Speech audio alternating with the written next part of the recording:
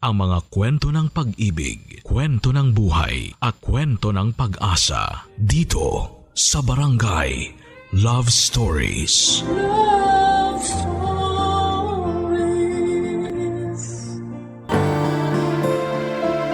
Lahat tayo ay nag-uumpisa sa wala. Lahat tayo ay may first time. Ikaw, kabarangay, ano ang first time na hindi mo makakalimutan? Sino ang nagturo sa'yo sa first time mo? Dear Papa Dudut, gusto ko lang pong i-share sa inyo kung paano sumakit ang ulo ko sa boyfriend kong Simon, 29 years old. Ako nga pala si Lyda, 25 years old. Ako ang first girlfriend at first love ni Mon. Akala ko dahil ako ang una niya, wala akong magiging problema sa kanyang nakaraan. Wala siyang ex na pwede kong maging kakompetensya. Pero mas mahirap pala kapag walang experience sa karelasyon ang boyfriend mo. Pangapat si Mon sa mga naging boyfriend ko, kaya naman hindi na ako nahirapan bilang girlfriend niya. Alam ko na ang galawan ng mga lalaki. Hindi na kailangang mga pa, kumbaga. Hindi na ako amateur sa mga relasyon.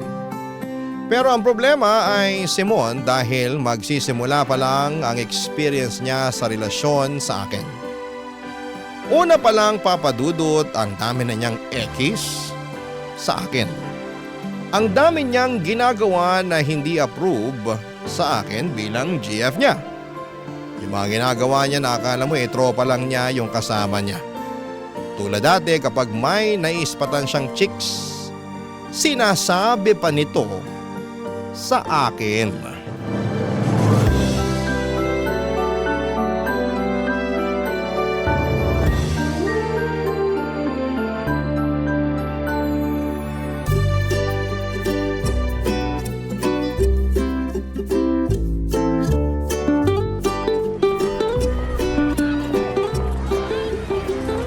Baby, tignan mo yun oh. Ano yun? Hindi sino? Oh, sino nga? Nakikita mo yung babae doon sa Lotto Outlet? Yung naka-stripes na blouse at maiksing skirt? At may maputing legs. Oh, kilala mo ba yan? Hindi. O ba't kailangan mo pang sabihin sa akin? Ang ganda kasi niya eh. Bagay sa kanya yung suot niya. Kitang-kita yung hubog ng katawan. Sa panalo, maputi oh. Ah, ganun ba? Wow! Nung hinawi niya yung buhok niya, mas nakita pa tuloy yung haba ng leg niya. Ah, talaga? Sa tingin mo, single pa siya? Di ko alam. Kasi kung single pa siya, mas pipilaan pa yan kesa sa Lotto Outlet. Ah, wow. Pero kung may BF na yan, tako, talo pa niyang nanalo sa Lotto. Jackpot eh! Eh ba't kaya hindi mo lapitan para tanungin kung single siya, no? Ako kaya eh. Sobrang ganda, baka hindi ako pansinin. Ano, tara na? Okay. Baby, tingnan mo yung nasa kanan mo. Ano na naman? Oh, galit ka ba? Hindi. Okay, good. Tingnan mo yung nasa kanan mo dali habang hindi pa siya nakakalayo. Alin? Yung babaeng naka-crop top at matangkad? Yung maganda? Yun ba? Yes, baby. Yun nga. Bagay sa kanya yung… Alam mo, mas bagay sa'yo kung mananahimik ka na lang. Pwede? Ang galit ka. May nagawa ba ako? Sabihin mo lang. Okay lang ako. Sure ka? Oo nga eh. Tara, kain na tayo.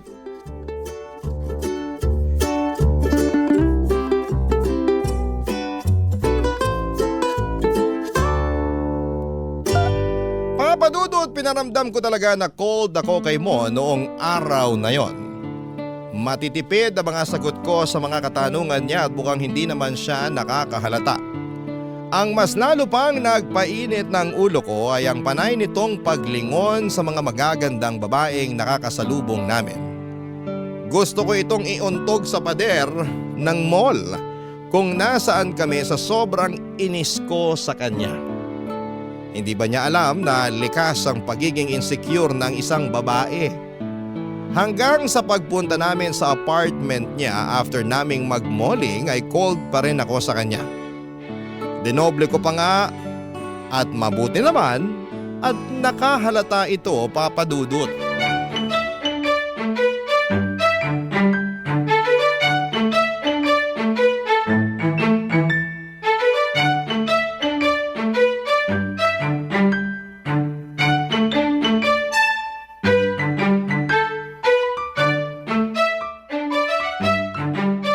Kanina ka pa parang wala sa mood ah. Mabuti naman napansin mo. May nagawa ba ako? Sa tingin mo, Parang wala naman. Basta bigla ka na lang nanahimik tapos pagpipilitin kitang sumagot, matipid naman mga salita mo.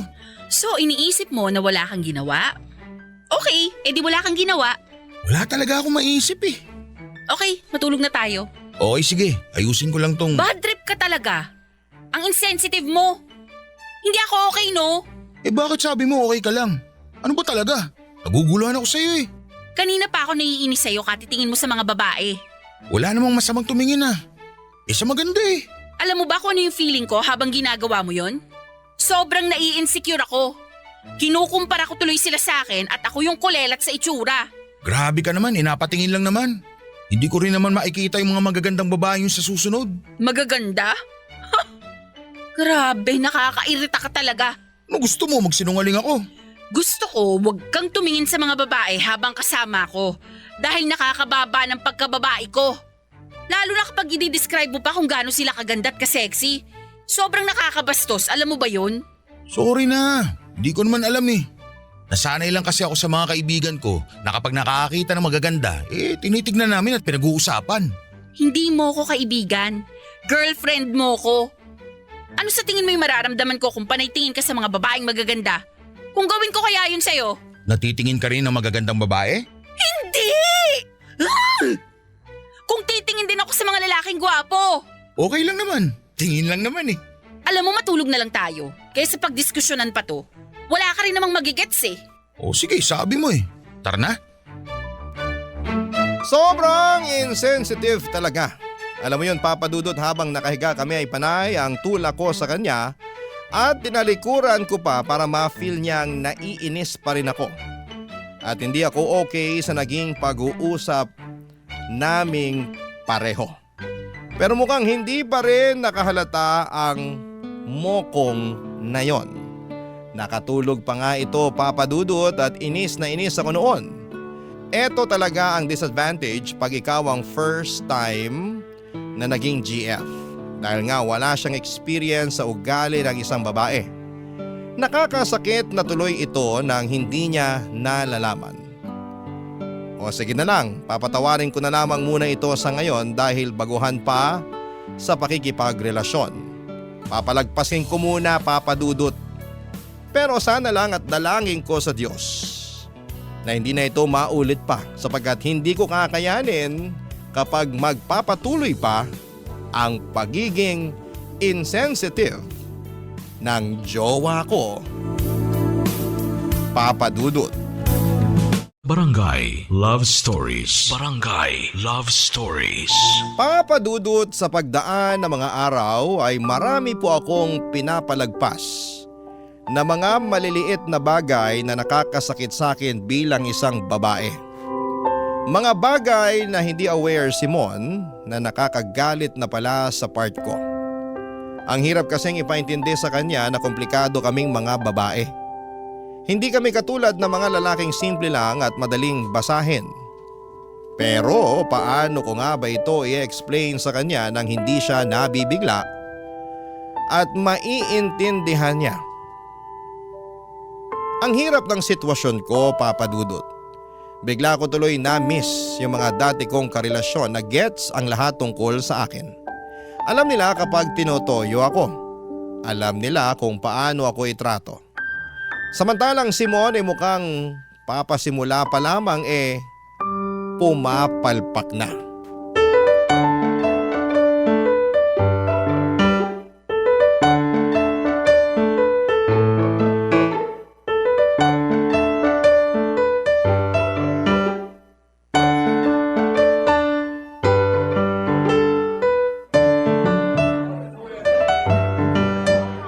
Grabe, naparami ako ng kain. Sobrang sarap nitong sugpo. Ikaw nga halos umubos eh. Rice ka pa? Di na siguro, naninikip na tong pantalon ko eh.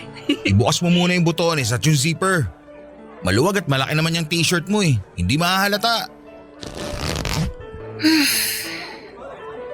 Baby, Yes baby. mataba na ba ako? Oo baby. Ano? Malaki yung tinaba mo mula nung naging tayo. Kasi dati pa mataba na yung pisngi mo eh. Pero ngayon para ka ng siopaw. Ilalako na ba kita? Ay, grabe ka naman sa akin. Kaya nga pansin ko sa'yo, madalas inaangguluhan mo na lang yung mga selfie mo. Para hindi mapansin yung pagtaba mo eh. Puro pataas at paside view lagi. Ay, grabe talaga siya oh. Himala nga nakasya pa sa'yo yung pantalon mo eh. Kanina nung naglalakad ka, pansin ko, parang nahihirapan ka kasi naninikip na yung pantalon mo. Alam mo next time, mag-leggings ka na lang para hindi halata yung paglaki ng balakang mo. Ah, ganun ba? Tapos huwag ka muna mag-fitted the blouse kasi nakakataba lalong tignan sa'yo. Baka magbuka ka lang sa ako ng patatas. Okay. Saka mag-black ka lagi. Nakakapaya tignan yun eh. Yung mga chicks na nakikita ko sa IG, karamihan suot black para hindi pansin yung mga bilbil nila. Chicks? Magagandang babae ba yan o mga sisiw? Malamang magagandang babaeng tinitignan ko. Paano naman magkaka-IG yung sisiw? Uwi na ako. Oh, teka, sabay na tayo. Uwi ka mag-isa. Bye! Teka, galit ka ba? Hindi. Okay. Uwi ka na talaga? Oo! Sige, text mo na lang ako kapag nakauwi ka na. Ingat ha.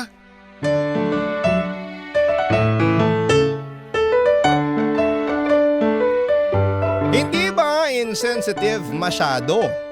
Matapos akong sabihan ng mataba ako hinayaan pa akong umuwi ng mag-isa. Hindi talaga nakaramdam, Papa Dudut. Nakakainis.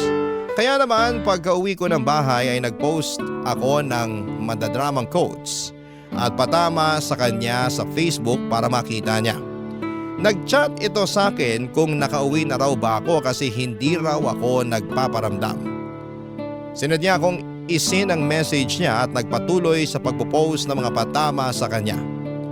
Nilalike lang nito pero hindi na nag-chat pa. After 2 hours ay sinabi niyang maglalaro muna ito ng ML. Inis na inis ako noon na imbis na kumustahin ako o suyuin ako nag-ML pa ito. Sa sobrang galit ko ay blinako ito sa lahat ng social media accounts ko para malaman niya na galit ako. Hinintay ko na lamang itong mag-text o tumawag sa akin pero wala. Kinabukasan ay wala pa rin hanggang sa sumapit ang gabi ay pumunta ito sa bahay.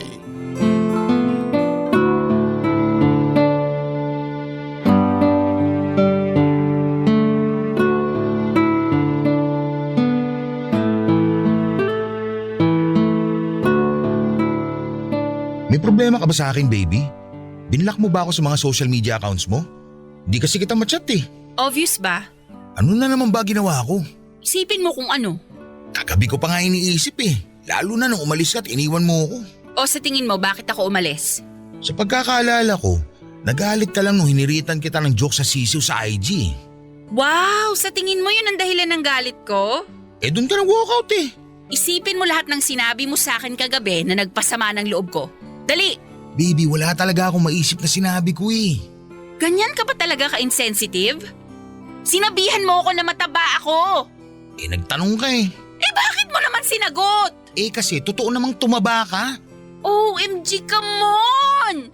Wag na wag mong ipapamukha sa girlfriend mo o kahit sa sinong babae na mataba na siya. Hindi yun nakakaganda sa pakiramdam namin. Nagsabi lang naman ako ng totoo ah.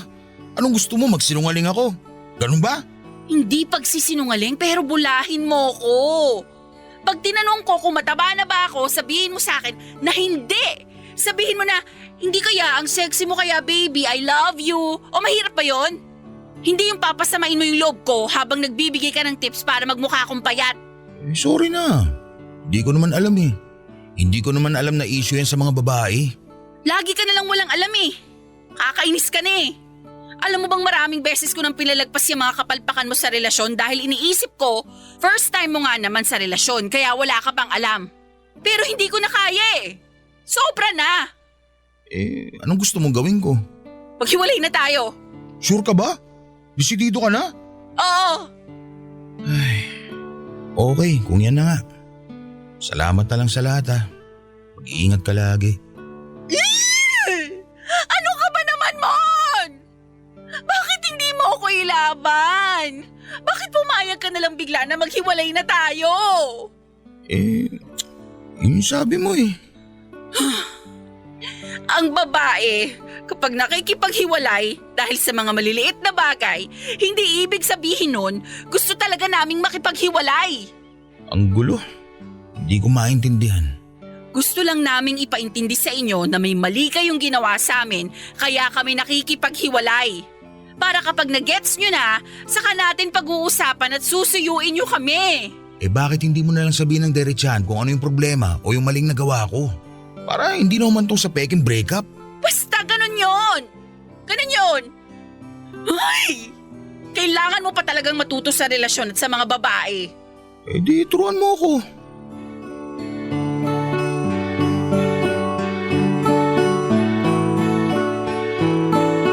Nag-decide akong turuan si Mon tungkol sa takbo ng utak ng mga babae at kung paano ayusin ang relasyon.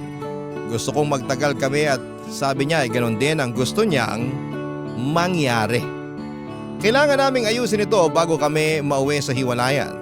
Maayos naman po si Mon, sadyang wala lang talaga itong alam sa mga babae dahil unay wala itong kapatid na mga babae. Pangalawa ay wala itong naging interes sa mga babae simula una pa lamang. Panay laro lang online, games at pagsama sa mga tropa niyang lalaki kaya medyo flattering din ito sa totoo lang. Na sa pagiging pihikan niya, ako ang napili niya. Ang ibig sabihin ay may something Barangay Love Stories. Barangay Love Stories. Nagsimula na nga akong maging teacher niya pagdating sa pakikipagrelasyon.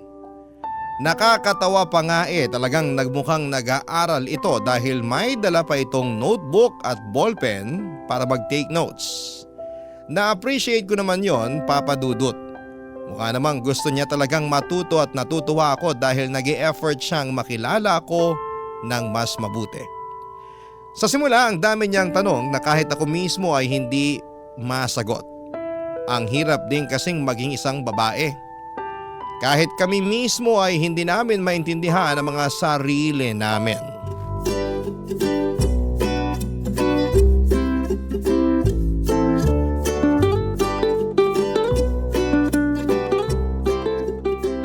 So kapag galit kayo, either malapit na kayong datnan o kaya gutom kayo?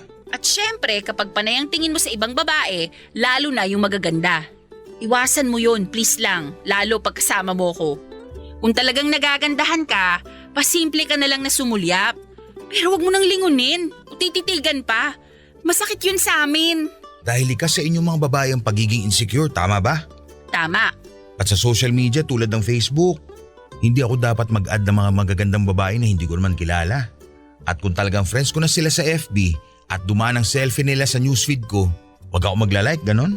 At mas lalong wag mong pupusuan. Scroll up lang agad lalo kapag kasama mo ko. Hindi yung tititig ka pa sa picture. O sige. Noted, baby. O ako naman ang magtatanong ha. Okay, go. Kung panay okay ang sagot ko sa text o chat, o kaya K lang, anong ibig sabihin nun? Hindi ka talaga okay at may nagawa akong mali at kailangan ako yung unang maka-figure out nun. Correct. Kapag tinutoyo ako, anong gagawin mo? Susuyuin at lalambingin ka. At? Bibilan ka ng pagkain? Good. O hindi na ako amateur sa babae Eto, kapag blina kita sa FB ko at iba pang social media accounts ko, anong ibig sabihin at anong gagawin mo? Una, iisipin kong mabuti kung ano yung ginawa ko. Okay, tama.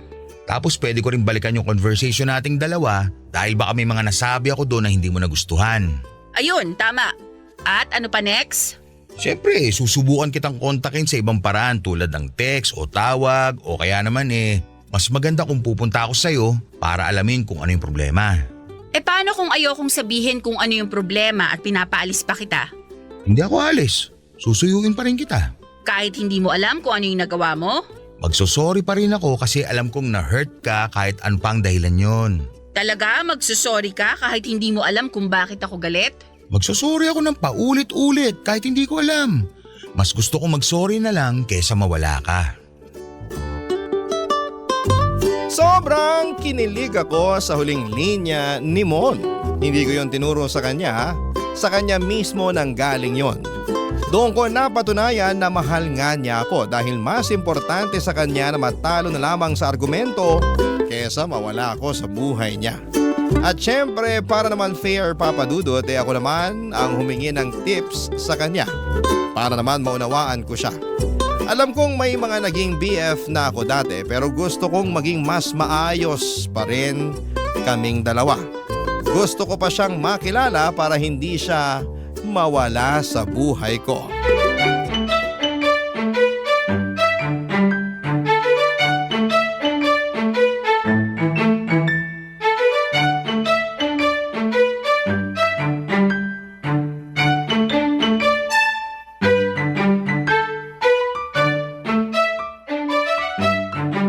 O ako naman.